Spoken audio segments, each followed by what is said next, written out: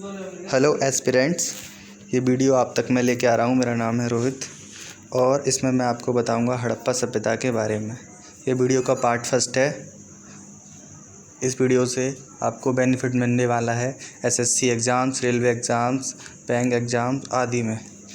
One day exam जो भी हैं आपको इसमें हेल्प मिलेगी। अगर आपने बिल्कुल भी नहीं पढ़ा है तो आपके लिए ही है ये वीडियो। हड़प्पा सभ्यता को जानने से पहले आपको आर्कियोलॉजिकल सर्वे ऑफ इंडिया को जानना चाहिए। इसकी जो शुरुआत की थी अलेक्जेंडर कनिंघम के द्वारा वर्ष 1861 में की गई थी और इसके जो फर्स्ट इंडियन हेड थे वो थे Dayaram Sahni. Archaeological survey of India का ही काम होता है जगह जगह पर खुदाई करके पुराने स्थानों, ऐतिहासिक इमारतों, मंदिरों, धार्मिक स्थानों का पता लगाना। आइए बात कर लेते हैं हड़प्पा सभ्यता के बारे में। इसका नाम हड़प्पा क्यों पड़ा, जानते हैं इसके बारे में। सर्वप्रथम हड़प्पा की खुदाई ही की गई थी, इसलिए इसका नाम हड़प्पा पड़ा और इसे सिंधु घाटी सभ्यता इसलिए कहा गया क्योंकि इसके ज़्यादातर जो क्षेत्र थे वो सिंधु घाटी या सिंधु नदी के किनारे ही बसे हुए थे। यह एक प्रकार की नगरीय सभ्यता थी और इसे कांस्य युगीन ब्रॉन्ज एज सिविलाइजेशन भी कहा जाता है क्योंकि उस समय तक सिर्फ कांसा ही खोजा जा चुका था या कांसे ही प्रयोग में लाया जाता था। इसके टाइम पीरियड की बात करें तो जो कि मैंने विकिपीडिया सोर्स से लिया है 2600 ईसा पूर्व से लेके 1900 ईसा पूर्व तक बताया गया है। आपसे वैसे अभी तक टाइम पीरियड पूछा नहीं गया है, फिर भी मोटा मोटा आप याद कर सकते हैं। आप इसमें मैप में देख रहे होंगे, इसके एक बार जो भी नाम हैं इन सारे नामों को पढ़ लेना उचित रहेगा।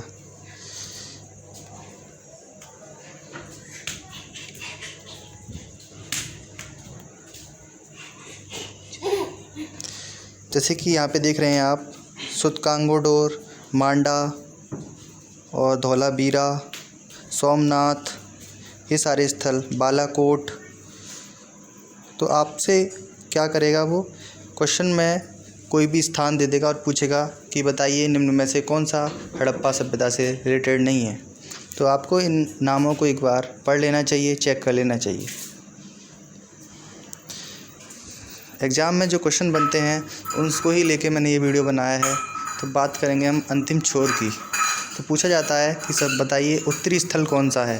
तो हड़प्पा सभ्यता का सबसे उत्तरी स्थल मांडा जो कि जम्मू कश्मीर में पड़ता है, दक्षिणी स्थल जो कि दैमाबाद महाराष्ट्र में पड़ता है, पूर्वी स्थल आलमगीरपुर उत्तर प्रदेश में पड़ता है और पश्चिमी स्थल बलूचिस्तान के सुतकांगोडोर मकरान तट पाकिस्तान पर पड़ता है। सिंधु घाटी सभ्यता के प्रमुख स्थलों में हो जाता है हड़प्पा, मोहनजोदड़ो, चानूदड़ो, कालीबंगा, कोटदोजी, रंगपुर, रोपड़, लोथल और बनावली। और आप एक इम्पोर्टेंट और मार्क कर लें जिसे मैं लिखना भूल गया हूँ, धौलावीरा, क्योंकि इसे हाल ही में यूनेस्को ने अपनी हेरिटेज साइट घोषित किया है जब मैं ये वीडियो रिकॉर्ड कर रहा हूँ 2021 में।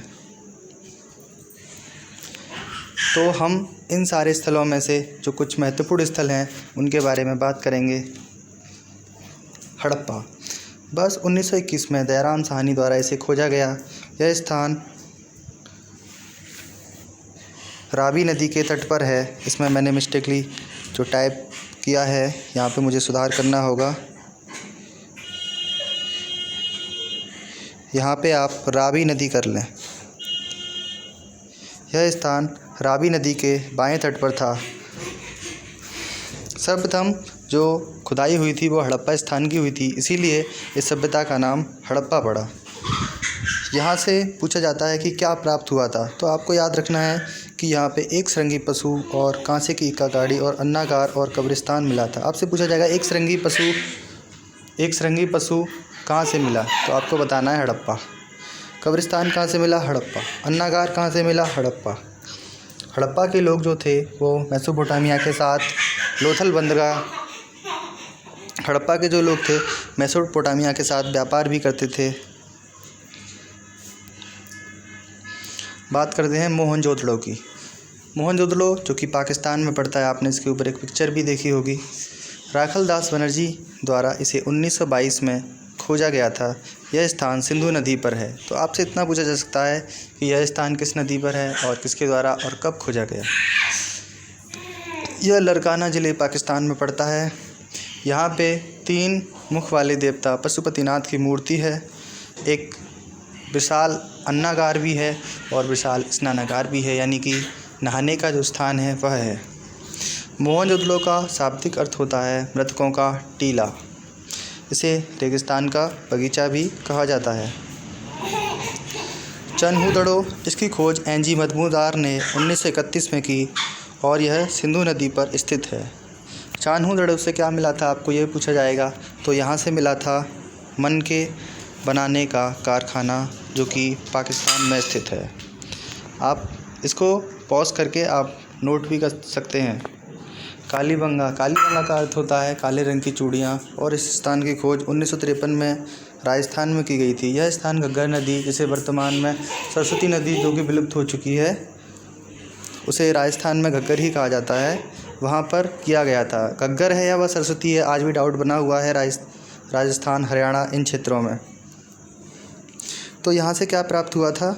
जुते हुए खेत, नक्काशीदार ईंट, अग्निवेदिका, पकी हुई मिट्टी का हल। वैसे मैं बता दूं, पकी हुई मिट्टी के जो भी बर्तन होते हैं उन्हें टेराकोटा कहा जाता है। यहाँ से काले रंग की चूड़ियाँ भी प्राप्त हुई थी, इसके नाम से ही पता चलता है कालीबंगा।